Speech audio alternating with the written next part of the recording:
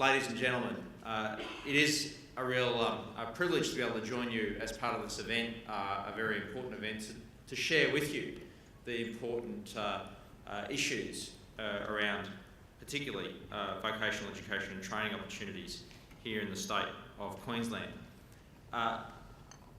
Claire made mention of the fact that we are in the middle of a busy parliamentary sitting week, and it's in that context that I must apologise that I can't stay for very long after I've delivered these remarks. But I also want to pass on the apologies of the Premier of Queensland, Anna Bligh, who has an abiding and keen interest in your industry, and was very regretful that she wasn't able to be a part of your conference on this occasion. But to demonstrate that commitment and that understanding of the role that not only your industry plays, but that ACPET plays as a key peak body representing private training providers in Queensland. The Queensland Government provides an annual grant of money to support the ACPET Queensland Secretariat. And we see that ACPET is going to play, and has played and will play, a key role in post-secondary education and reform in many ways. It's already helped deliver a number of toward Q2 reforms that have taken part of the development and implementation of various products, policy papers, issues and initiatives. And as a consequence, our government has benefited from ACPET's market intelligence data and information on training needs. So we're currently going through, as you know, and as I'm sure has been a topic of discussion during the course of your conference, a period of great change in the education and training system, not just here in Queensland, but throughout Australia. And ACPET's continued participation and support is not only welcome, but frankly absolutely necessary for the development of sound educational and training policy. But here in Queensland, what is the challenge? Why do we have to make sure that we get these reforms right? The reality is, and I guess my portfolio demonstrates, that we understand that some of the biggest challenges of our state's economy are getting the workforce needs of our booming resources sector right.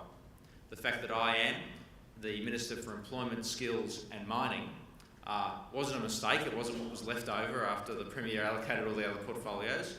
It was quite deliberate that we need to make sure that there's an articulation and understanding about managing those difficult workforce issues and the training requirements with dealing with the large resources industry.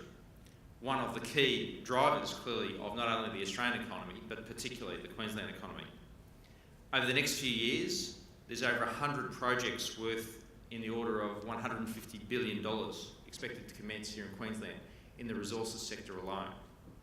These projects are expected to create around 100,000 construction and operational jobs and several thousand more positions in supporting industries such as hospitality, healthcare, education, etc. The flow-on effects of that significant boom will ripple out throughout the rest of the economy.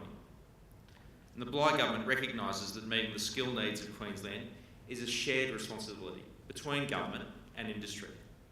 Our role is to create a vocational education and training market that identifies and responds to the skills needs of industry and the workforce. That is a demand-led skills system. But government can only play a role in supporting industry and business sectors to better understand their skills demands. Industry and business are responsible for determining their workforce needs and investing in strategies to address those needs.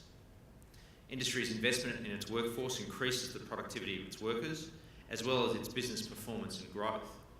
So to facilitate this shared leadership role, the Queensland Government has established Skills Queensland. And clearly you've heard from Rod Cam already today. Skills Queensland is ensuring a critical role for industry in the leadership of the skills system and the state's workforce development. Through Skills Queensland, industry is advising government on where investment should be targeted, acknowledging that strategic investment in skills has broader economic, workforce development and community objectives. And ACPET's members are critical to delivering on these objectives. Just last week, the Premier held the first Work for Queensland Summit on the Gold Coast.